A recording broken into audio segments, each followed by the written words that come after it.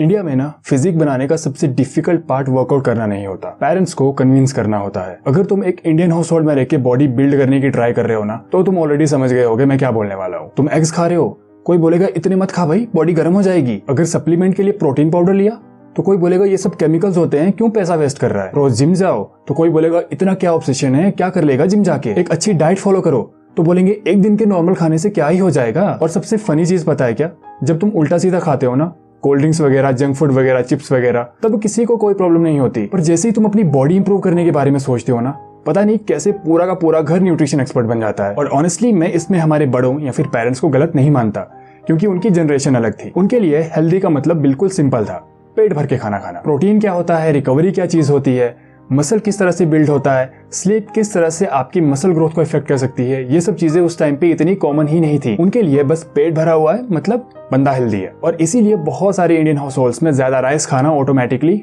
Healthy माना जाता है। मेरे घर में भी लिटरली ऐसा ही होता है। जब मैंने फिटनेस स्टार्ट किया था तो मैंने चावल खाना ना बहुत कम कर दिया था।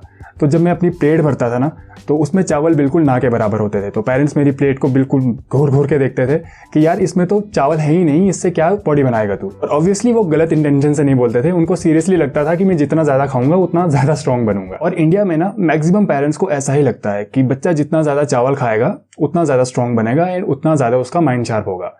पर अनफॉर्चुनेटली फिटनेस इस तरह से वर्क नहीं करती। सिर्फ पेट भरना और बॉडी को एक्चुअल न्यूट्रिशन देना दोनों कंप्लीटली डिफरेंट चीजें हैं। फिटनेस मतलब discipline, but unfortunately Indian house holds में डिसिप्लिन को बस तब रिस्पेक्ट मिलती है जब वो पढ़ाई या जॉब से रिलेटेड हो। सुबह 5 बजे उठ के स्टडी करो, वाह बेटा कुछ बनेगा लाइफ में। रोज ओवर टाइम काम करो, वाह यार मेहनती लड़का है। पर कैलोरीज ट्रैक करो, जंक फूड अवॉइड करो, अपनी बॉडी पे काम करो, तो सडनली लोग तुम्हें बोलने लगेंगे तू बहुत ज्यादा ओवर कर रहा है। स्पेशली लड़कों के साथ ऐसा बहुत होता है, क्योंकि इंडिया में ना तो हमारे घर में ना तो फिर हमारे स्कूल्स में ऐसा हमें सिखाया ही नहीं जाता कि अपने आप का फिजिकली ख्याल कैसे रखा जाता है। बस पढ़ाई करो, काम करो एंड पैसा कमाओ। Body, health, posture, mental health and the most important confidence, इन सब के बारे में कोई बात नहीं करता। और ऑनेस्टली सबसे डिफिकल्ट पार्ट पता है क्या, कभी कभी ना तुम खुद गिल्टी फील करने लगते हो सिर्फ खुद को इंप्रूव करने की वजह से। लाइक अगर तुम किसी रिलेटिव के घर जाते हो एंड वो तुम्हें खाने को स्वीट्स ऑफर करते हैं। अब स्ट्रिक्ट डाइट में तुम स्वीट्स तो खा नहीं सकते, एंड अगर तुम उन्हें मना कर दोगे तो वो ऑफेंड हो जाएंगे। अगर अलग खाना स्टार्ट कर दो तो लोग बोलेंगे कि भाई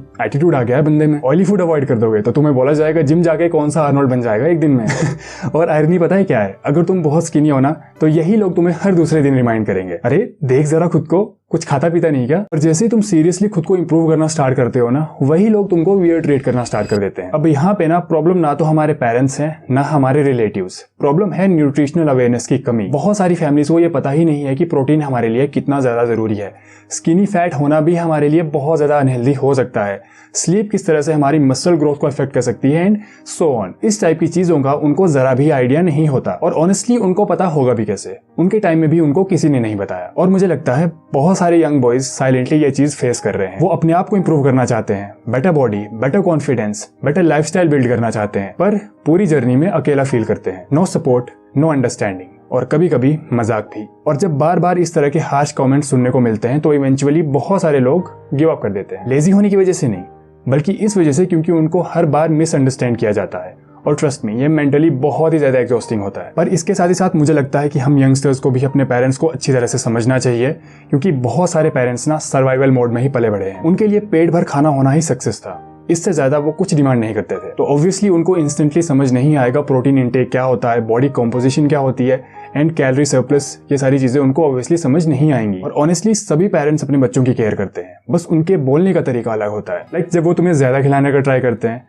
तो वो इग्नोरेंस नहीं होती, वो बस उनके प्यार दिखाने का तरीका होता है। तो अगर तुम भी कोई हो जो एक better body, better lifestyle and ज्यादा कॉन्फिडेंस बिल्ड करने का ट्राई कर रहा है, तो सिर्फ इसलिए गिव अप मत करो क्योंकि लोग अभी तुम्हारे गोल्स नहीं समझ पा रहे हैं। अगर तुम डिसाइड कर ही चुके हो कि मुझे अपना लाइफस्टाइल सीरियसली इंप्रूव करना है, तो लोगों को साइड पे रखो, बस अपने पेरेंट्स को कन्विंस करो, उतना इनफ होगा। थोड़ी हिम्मत करके उन्हें यह समझाओ कि मैं क्या करना चाहता हूँ, क्यों करना चाहता हूँ एंड इससे मेरा क्या फायदा होगा। बस ये 3 चीजें उन्हें एक्सप्लेन करो, वो तुम्हारी बात मान जाएंगे, क्योंकि एट द एंड वो तुम्हारे पेरेंट्स हैं यार। फिर जब तुम्हें रिजल्ट्स मिलने स्टार्ट हो जाएंगे ना, तो तब शायद वो भी समझ जाएं कि फिटनेस सिर्फ बड़े बाइसेप्स, 6 पैक एब्स या फिर एक अट्रैक्टिव पर्सन बनने के लिए नहीं होती। फिटनेस मतलब एक बेटर लाइफस्टाइल, एक बेटर लाइफ।